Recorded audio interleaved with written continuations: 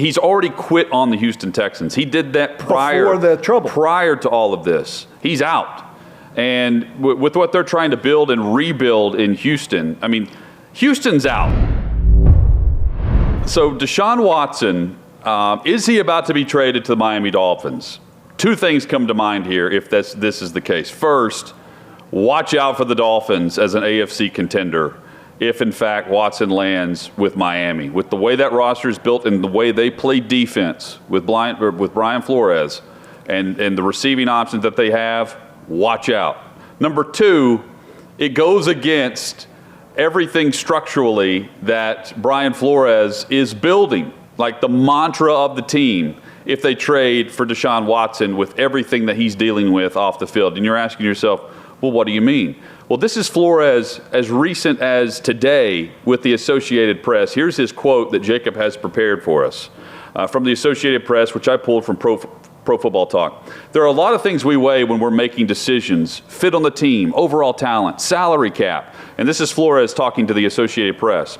When we're talking about a player or players, we always are trying to do what's best for the Miami Dolphins. There are a lot of variables. We want a group that's tough, smart, competitive, loves to play, and is team first. Those are the types of guys we're looking for. We have a high standard for the people we have in this organization. And then here's the final sentence. We want people with high character throughout the building. That's the final quote from Coach Flores as they're the front runner to trade for the Miami Dolphins and Deshaun Watson, according to Charles Robinson. Which makes it sound like it's a move that they simply can't make. And listen, if they bring him in, does he lift them to new heights? Is he far better than Tua? Absolutely. But how long is he on the field? You have this thing hanging over your head that any day can be the day that something happens in the Houston court system that he's called in. It depends what provisions are put into the trade itself, because they still have Tua. Yes. They would not be trading Tua Tagovailoa away in this scenario because Houston just wants picks. But still, any day you could be pulling a quarterback that's leading you and going to Tua. I don't think that's a very comfortable scenario. So right now they're going with Tua. No, anyway. I know. But this is a scenario to me where it's just who guesses best. Somebody's getting lucky, right? Nick Caserio doesn't even know him. He came in after this whole thing happened, right? So he doesn't know Deshaun Watson. Fitterer in Carolina doesn't know him. Greer and Flores in Miami don't know him. Everybody's rolling the dice here. But it's not really, it's not that big of a dice roll if you're Miami. If you have provisions and protections in this trade where he has to play a certain amount of games before you would even have to give up picks in this trade, Houston knows he's not playing for the Houston Texans. They know that. He's the fourth-string quarterback right now going into week one of the regular season. If he has to play a certain percentage of the games before you would be able to hike over those trades, then Miami would be willing to do that.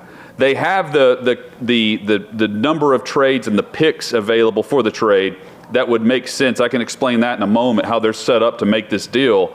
And beyond that, they still have Tua on the roster, who's going into a second year of this offensive system that they're comfortable with at least enough to go into the season and not address that position in the draft when they could have. But Houston can conceivably say, we pay him 10 this year, he's worth a lot more next year if this all settles. Or a lot less, though. Down. But if everything you're saying you're afraid about, Paul, that's the one that it could be worth a lot less. That's the dice roll from Caserio. Wouldn't Houston have to do this, though, if they're going to trade him now? They're not going to make everything conditional so that you're giving up nothing. I mean, there's never been a trade with like 3 first-round conditional picks. This would be an unprecedented trade with the number of conditions on these picks. But let's look at it from Houston's perspective.